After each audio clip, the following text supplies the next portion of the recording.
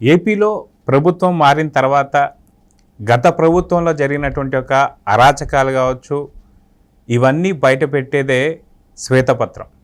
అయితే ఈ శ్వేతపత్రం వచ్చి పోలవరం కావచ్చు, అమరావతి పైన శ్వేతపత్రాలు చంద్రబాబు నాయుడు గారు రిలీజ్ చేశారు. కానీ ఇంకా మిగతా పలు శాఖల నుంచి ఖచ్చితంగా శ్వేతపత్రం రావాల్సి ఉంది. ఈ శ్వేతపత్రాలు ఎందుకు, దీనివల్ల ఉండే లాభాలు ఏంటి అనేది మనతో పాటు సీనియర్ జర్నలిస్ట్ కనకదుర్గ వడ్లమణి గారు ఉన్నారు. వారిని అడిగి తెలుసుకుందాం. మేడం నమస్తే. నమస్తే మేడం, పోలవరం పైన అమరావతి పైన శ్వేతపత్రం అయితే ఇప్పటిదాకా రిలీజ్ చేశారు. అయితే రిలీజ్ చేసిన తర్వాత దాంట్లో ఉన్నటువంటి ఒక అక్రమాలు కావచ్చు, వాళ్ళు చేసిన అవినీతి కావచ్చు, ఇవన్నీ కూడా బయటకు పడ్డాయి. పోలవరంకి సంబంధించి అయితే ఇప్పటికే 78% కంప్లీట్ అయ్యి ఉన్న పోలవరాన్ని కంప్లీట్గా వీళ్ళు ఇంకేం చేయకుండా ఆపేశారు అక్కడితో.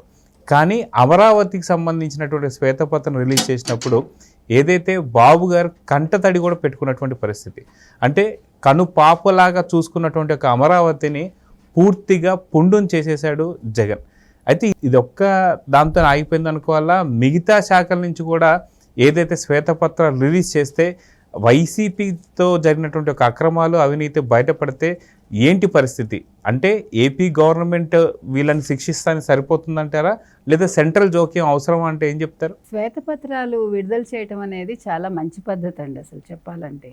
ఎందుకంటే గత ప్రభుత్వం చేసిన అవకతవకలు కావచ్చు, ఏదైనా కూడా మనకి బయటకు వస్తాయి. ఒక్కొక్క శాఖ నుంచి మనకి శ్వేతపత్రం రావాలి. ముఖ్యంగా 5 ఏళ్ళు అక్రమ పాలన జరిగినప్పుడు, అవినీతి పాలన జరిగినప్పుడు ఈ రకంగా శ్వేతపత్రాలు విడుదల చేయడం చాలా సమంజసం. అది మీకు అసలు 1922లో బ్రిటిష్లో ప్రారంభమైంది. చర్చిల్ టైంలో ఈ శ్వేతపత్రం విడుదల చేయడం అనేది మొదలైంది.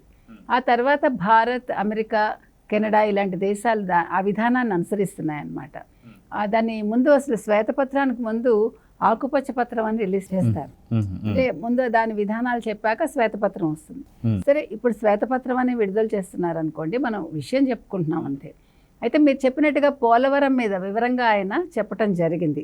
పోలవరం ఇంచుమించు ఇంత పర్సంటేజ్ అయిపోయింది, 15,000 కోట్లు ఎంతో మనకి ప్రభుత్వం ఇచ్చింది, కేంద్ర ప్రభుత్వం. వాటిని నిధులు మళ్లించేశారు, దీని మీద అసలు దృష్టి పెట్టలేదు. అంటే నీటిపారుదల శాఖ మంత్రి మొట్టమొదటి అనిల్ కుమార్ యాదవ్ ఒక 2.5 సంవత్సరాలు ఉన్నారండి. అంటే ఇలా ఇద్దరిని పెట్టడం కూడా తప్పేమో. అంటే ఇద్దరు మంత్రులను ఒక శాఖలో 2.5 సంవత్సరాలు పెడితే, అంటే అసలు అవగాహన లేని వ్యక్తులు వాటిని తెలుసుకునే లోపే 2.5 సంవత్సరాలు అయిపోతుంది. మళ్ళీ కొత్తగా వచ్చిన వాళ్ళకు కూడా అవగాహన ఉండకపోతే వాళ్ళ 2.5 సంవత్సరాలు దాన్ని తెలుసుకోవటంలో వాళ్ళ సగం జీవితం అయిపోతుంది. కాబట్టి ఈ ఇద్దరు మంత్రులు ఎవరైతే ఉన్నారో, అనిల్ కుమార్ యాదవ్ కావచ్చు, అంబటి రాంబాబు కావచ్చు, ఇద్దరూ కూడా అంటే అవగాహన లేకపోవటం వల్లే మన అంబటి రాంబాబు గారు ప్రెస్ మీట్ పెట్టి నాకే అర్థం కాలేదు అది అని నిజాయితీగా ఒప్పుకున్నారు ఆయన. ఆ నిజాయితీ వరకు మనం మెచ్చుకుందాం. ఎందుకంటే ఒక శాఖ గురించి తెలియదు అని ఒక మంత్రి చెప్పటం అనేది పబ్లిక్గా, అది మన తెలుగు వాళ్ళు సిగ్గుపడాల్సిన విషయమో లేకపోతే బాధపడాల్సిన విషయమో మనకు తెలియదండి. అంటే మనం ఎటువంటి వ్యక్తులను ఎన్నుకుంటున్నాం మంత్రులుగా, అంటే ఇలాంటప్పుడే మంత్రులకి చదువు అవసరం అని మనకు అనిపిస్తుంది. అంటే రాజ్యాంగాన్ని మార్చాల్సిన అవసరం ఉంటుందని. చదువు లేకుండా, వీళ్ళ అవగాహన లేకుండా మంత్రులు అయితే 5 ఏళ్ళు ప్రభుత్వ ధనాన్ని ఎంజాయ్ చేసి వాళ్ళు జీతాల రూపంలో పొంది తర్వాత జీవితకాలం వీళ్ళు పెన్షన్లు అందుకుంటారండి. మనం బాధపడాల్సిన విషయం అది, మనం ఆలోచించాల్సిన విషయం. ఇవాళ అమరావతి మీద శ్వేతపత్రం విడుదల చేశారండి. విడుదల చేసి బాబు గారు ఒక భావోద్వేగానికి గురయ్యారు. అది సహజం. ఎందుకంటే అమరావతి అనేది ఆయన ఏమనాలి, ఆయన మానస పుత్రికనాలో ఏమనాలో నాకు తెలియట్లేదు. ఆ పేరు కూడా రామోజీరావు గారు సూచించారని గతంలో చెప్పారు వారు. ఆ అమరావతి కోసం రైతులు కూడా వాళ్ళ భూములను ఇచ్చారు మనకి. 1,000 ఎకరాలు అవసరమా అంటూ మాట్లాడారు ఆ రోజు.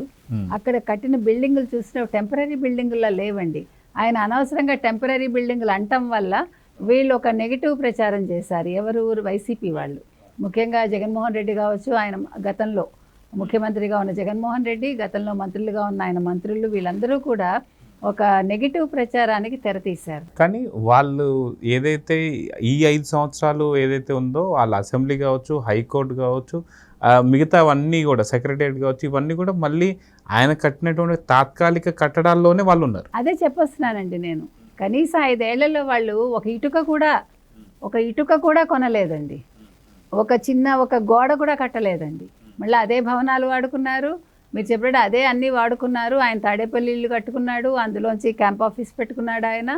అంటే అంటే అనడం చాలా తేలికని నేను చెప్పొచ్చేది. నోరుంది కదా అని మాట్లాడతారు కదా. సో కానీ వాళ్ళు అనుభవించింది చంద్రబాబు నాయుడు గారు కట్టించిందేగా. సరే, ప్రజాధనమే అది, ప్రభుత్వ ధనమే అది, ప్రభుత్వ ఆస్తి, వాడుకోవడం తప్పులేదు. వాడుకుంటూ ఇప్పుడు తిన్న ఇంటి వాసాలు లెక్క పెట్టినట్టు, లేకపోతే గొంగట్లో తింటూ వెంట్రుకలు ఏరినట్టు చేశారు వాళ్ళు చెప్పాలంటే. అంతేకాకుండా అసలు రైతులను ఎంత ఇబ్బంది పెట్టారండి. భూములు ఇచ్చిన రైతులను ఎంత ఇబ్బంది పెట్టారు. వాళ్ళకి గత 1.5 yearగా వాళ్ళకి ఇవ్వాల్సిన కౌలు కూడా ఇవ్వలేదు, కౌలు డబ్బు కూడా ఇవ్వలేదు వాళ్ళకి. చాలా అన్ని రకాలుగా ఏడిపించారండి. ఈరోజు జగన్మోహన్ రెడ్డి ఓడిపోయారంటే, ఒకటి ప్రభుత్వ ఉద్యోగుల ఏడుపు కొట్టింది, 2 ఈ రైతుల కన్నీరు కొట్టిందండి. చేతిలో చేసుకున్నాడు ఆయన. ఆయన 5 సంవత్సరాలు అప్పనంగా అన్ని అనుభవించాడండి. అన్ని అవినీతి అక్రమాలు చేశాడు ఆయన. మీరు ఇందాక చెప్పినట్టు మైనింగ్, మద్యం, మట్టి, ఇసుక, టూరిజం, తర్వాత ఈ నిన్న ఎర్రచందనం, అడవి, ఇలాగా అంటే ఎక్కడ మీకు సహజ సంపదలు ఉన్నాయో, సహజ సంపదలు అన్నింటి మీద ఆయన కన్ను పడిందండి. అన్నీ కూడా సర్వనాశనం చేశాడు. లక్షల కోట్లు ఆయన దండుకున్నాడు. అది మరి ఫ్లైట్ ద్వారా, స్పెషల్ ఫ్లైట్స్ ద్వారా పంపించుకున్నాడు, ఓడల్లో పంపించుకున్నాడు, అంటే నీటి మార్గం ద్వారా పంపించాడు, సముద్ర మార్గం ద్వారా. డబ్బులైతే పరాయి దేశాలకు వెళ్ళిపోయాయండి. ఈయన పారిపోకుండా ఇప్పుడు ప్రభుత్వం చూసుకోవాలి. మీరు ఇందాక అన్నట్టు ఇప్పుడు అన్ని శాఖల మీద, మద్యం కావచ్చు, తర్వాత ఇసుక కావచ్చు, మట్టి కావచ్చు, తర్వాత మైనింగ్ కావచ్చు, ఎర్రచందనం కావచ్చు, టూరిజం కావచ్చు, ఇలా ప్రతి ఒక్క శాఖలోనూ శ్వేతపత్రాలు విడుదల చేయాలండి. విడుదల చేశాక అప్పుడు దాని మీద చర్చ పెట్టి ఇప్పుడు ఎవరెవరిని ఎలాగ జైలుకి పంపించాలి, తర్వాత ఈ జైళ్ళకి పంపించడానికి ఏం చేయాలి, మీరు ఇందాక అన్నట్టు కేంద్ర సహాయం కావాలా, ఈ జైళ్ళు సరిపోతా, ఇవన్నీ కూడా ఆలోచించాలండి. ఇంకొకటి, ఇప్పుడు అమరావతి మీద శ్వేతపత్రం విడుదల చేసినప్పుడు ఆయన చెప్పింది ఏంటంటే 7 లక్షల ఉద్యోగాలు క్రియేట్ చేయొచ్చు 5 ఏళ్లలో. అది లేకుండా పోయింది. టిట్కో ఇళ్ళన్నీ పంచకుండా అలా ఉంచేశారు. తర్వాత అసలు అవన్నీ చూస్తుంటే బాధ వస్తుంది అంటున్నారు ఆయన. ఇప్పుడు 50,000 నుంచి 1,00,000 వరకు అక్కడ ప్రజానీకం ఉండేవాళ్ళు. ఇప్పుడు చాలామంది వలసలు వెళ్ళిపోయారు, యువత వలసలు వెళ్ళిపోతున్నారు. అంటే ఒక సంపదను వృద్ధి చేయలేదు, ఒక అభివృద్ధి లేదు. ప్రజలు ఎందుకు అసలు మైగ్రేట్ అవ్వాలి? ఆంధ్ర ప్రజలు ఏం పాపం చేశారని వీళ్ళు వేరే రాష్ట్రాలకు వెళ్ళిపోయి వాళ్ళకి ఊడిగం చేయాల్సి వస్తుంది అని ఆయన బాధపడ్డారు. ఇప్పుడు మన మేధా సంపత్తి కావచ్చు, లేకపోతే మనం వెళ్ళి కష్టపడి వేరే వాళ్ళకి పనిచేయటం అనేది అవసరమా అనేది ఆయన బాధ అండి. మన రాష్ట్రాన్ని అభివృద్ధి చేసుకుని ఈ పిల్లలందరూ యువత అంతా ఇక్కడే ఉండేవాళ్ళు కదా, వాళ్ళకి ఉద్యోగ కల్పన చేస్తే, అలా అంతా మొత్తం వివరంగా ఆయన చెప్పుకుంటూ వచ్చారండి.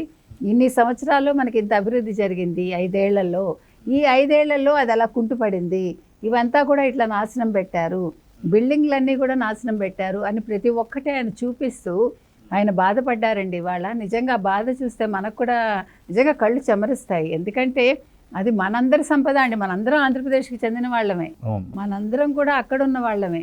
కాబట్టి ఇదేంటిది, ఒక ముఖ్యమంత్రి స్థాయిలో 5 ఏళ్ళు ఉన్న వ్యక్తి జగన్మోహన్ రెడ్డి ఏమీ చేయకుండా ఎందుకు ఇలా చేశాడని బాధ అనిపిస్తుంది. ఒక రాజధాని లేని నగరం, మనం విడిపోయినప్పుడు మనకు అప్పులు ఇచ్చారు, ఆస్తులు ఇవ్వలేదు. అసలు మనకు నిజంగా తమిళనాడు నుంచి విడిపడినప్పుడు కూడా మనం ఇంత బాధపడలేదండి. ఎందుకంటే ఆ రోజు మనకి ఆస్తులు పంపకాలు జరిగిపోయాక మనం బయటకు వచ్చాం. అట్లీస్ట్ మనం మద్రాసు కోల్పోయినా కూడా, యాక్చువల్గా మద్రాసు కూడా తెలుగు వాళ్ళదే. ఆ మద్రాసు ఏదైతే లీజ్కి ఇచ్చాడో ఆ రోజు చెన్నప్ప, అతను తెలుగువాడండి. అతను బ్రిటిషర్స్కి 1600లో ఈస్ట్ ఇండియా కంపెనీకి లీజ్కి ఇచ్చాడు ఆ భూమి, ఆ స్థలం ఏదైతే ఉందో, ఇప్పుడు చెన్నపట్నం ఏదైతే ఉందో అది. అయినా కూడా మనం చక్రవర్తుల రాజగోపాలాచారి గారు ఏం చేశారంటే, మీకు మద్రాసు కావాలా తిరుపతి కావాలా అని లింక్ పెట్టాడు ఆయన. అప్పుడు మన వాళ్ళు తిరుపతి ఆప్ట్ చేశారు. అట్లా మనం మద్రాసు కోల్పోయాం. మొత్తానికి ఈ విభజనల వల్ల మనం ఇటు ఒరిస్సా దగ్గర మనం కోల్పోయాం, ఇటు తమిళనాడుతో కోల్పోయాం, ఇటు కర్ణాటకతో కోల్పోయాం, అటు మహారాష్ట్రతో కోల్పోయాం. మొత్తం 12 జిల్లాలో ఎంతో మనం కోల్పోయామండి. అంటే మనమే నష్టపోతున్నాం ప్రతిసారి. కానీ ఆ రోజు మనం బయటకు వచ్చినా కూడా, విడిపోయినా కూడా మనం అట్లీస్ట్ మనం విధి విధానాలు ఖరారు చేసుకుని మన ఆస్తులేవో మనకు దక్కించుకున్నాం. మనం చాలా అక్కడ వదిలేసుకున్నాం, అది వేరే విషయం. చాలా నష్టపోయాం మద్రాసులో. మద్రాసుకి సేవ చేసిన వాళ్ళు తెలుగు వాళ్ళే ఎక్కువ ఉన్నారు చెప్పాలంటే, చరిత్రలో చూసుకుంటే కూడా. కానీ అట్లీస్ట్ ఓకే మనము మళ్ళీ ఈ 10 ఏళ్ళు అయిపోయాక మళ్ళీ మనం అయ్యో కూర్చుని మనం డిస్కస్ చేసుకోవాలనే స్థితి రాలేదు. వేరాజ్ ఇక్కడ కాంగ్రెస్ వాళ్ళు చేసిన తప్పిదం ఏంటంటే సోనియా గాంధీ తొందరపడి అందరూ లెటర్స్ ఇచ్చేసారని కూర్చోబెట్టి మాట్లాడకుండా ఆస్తులు పంపకాలు చేయకుండా ఆవిడ 2014 జూన్ 2న తలుపులు మూసి ఆవిడ రాష్ట్రాలను విభజించేసింది. 10 ఏళ్ళు అయిందండి. కూర్చుని మాట్లాడడానికి ముఖ్యమంత్రి ఒప్పుకోడు. ఎప్పుడు తెలంగాణ ముఖ్యమంత్రి 10 ఏళ్ళు గమ్మున నిమ్మకి నీరెత్తినట్టున్నాడు. ఫస్ట్ 5 ఏళ్ళు ఆయన చంద్రబాబు నాయుడు అంటే నచ్చలేదు. ఎందుకు నచ్చలేదు? ఆయన రాష్ట్రాన్ని అభివృద్ధి చేస్తాడని భయం. ఇక్కడ అభివృద్ధి చేశాడు. ఆయన అభివృద్ధి చేసిన ఫలాలు కేసీఆర్ అందుకున్నాడు.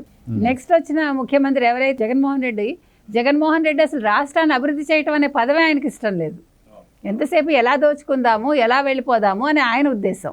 కాబట్టి అది కేసీఆర్కి నచ్చింది కాబట్టి వాళ్ళిద్దరు దోస్తులయ్యారు. కానీ ఈయన ఎప్పుడు అడగలేదు మా ఆస్తులు మాకు ఇవ్వండి అని, ఆయన ఎప్పుడు నేను ఇస్తాను అనలేదు. అట్లా 10 ఏళ్ళు గడిపేశారు. ఇప్పుడు 10 ఏళ్ళు అయిపోయింది, మనకి ఉమ్మడి రాజధాని లేదు. మనం ఎక్కడున్నామండి? నడి రోడ్లో ఉన్నట్టున్నాం మనం. అక్కడ రాజధాని లేకుండా చేశాడు జగన్మోహన్ రెడ్డి, ఇక్కడ అలాగే చేశాడు. ఇక్కడ మనకి రావాల్సినవి అడగకుండా, అంటే స్వార్థం చూసుకున్నాడు ఆయన నేనేదో దిగొచ్చాను, నేను సింహాన్ని పులిని అంటాడు. ఈ సింహం పరదాలు కట్టుకునే సింహం అండి, పరదాల మధ్యలో ఉండే సింహం, అంటే ఒక పిరికి సింహం అన్నమాట. కాబట్టి ఈరోజు చంద్రబాబు నాయుడు గారి వేదన సరైందేనండి. ఇది అందరూ గుర్తించాలి.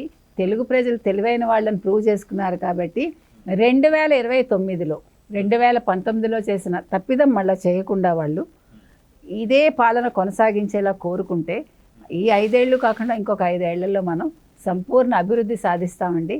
అమరావతి నెంబర్ 1గా ఉంటుంది ప్రపంచ పటంలో. సో చూద్దాం మేడం, ఖచ్చితంగా అన్ని శాఖల నుంచి కూడా, అది కాక నామినేటెడ్ పోస్టులు ఏదైతే ఉన్నాయో వాటి దగ్గర నుంచి డిజిటల్ మీడియాలో కూడా చాలా పెద్ద ఎత్తున అక్రమాలు జరిగాయి. డిజిటల్ మీడియా అంటే గుర్తుకొచ్చిందండి.